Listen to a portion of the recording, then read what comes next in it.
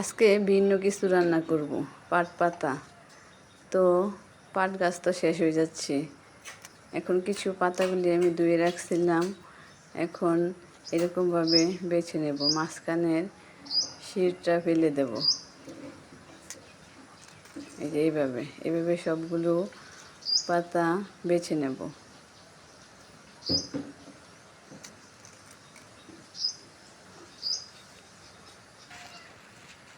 এই যে সবগুলো পাতার বেছে নিয়েছি। এখন চুলায় আগুন ধরিয়ে নেব। একটি কড়াই বসিয়ে কড়াইয়ে একটু তেল দিয়ে দেব। ওই তেলে লবণ দেব, লবণ দিয়ে একটু নেড়ে চেড়ে তারপর দিয়ে দেব পাট পাতাগুলি। পাট পাতাগুলি এই যে আস্তে আস্তে জাল করে ভেজে নিতে হবে। এই যে মাঝপথে দিয়ে দেব পেঁয়াজ রসুন কুচি আর কিছু শুকনো মরিচ।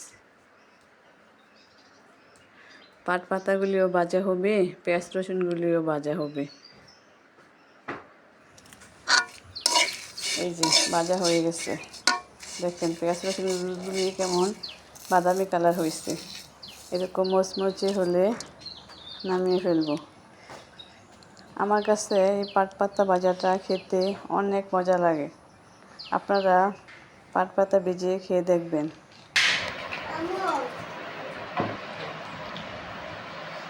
আল্লাহ হাফেজ।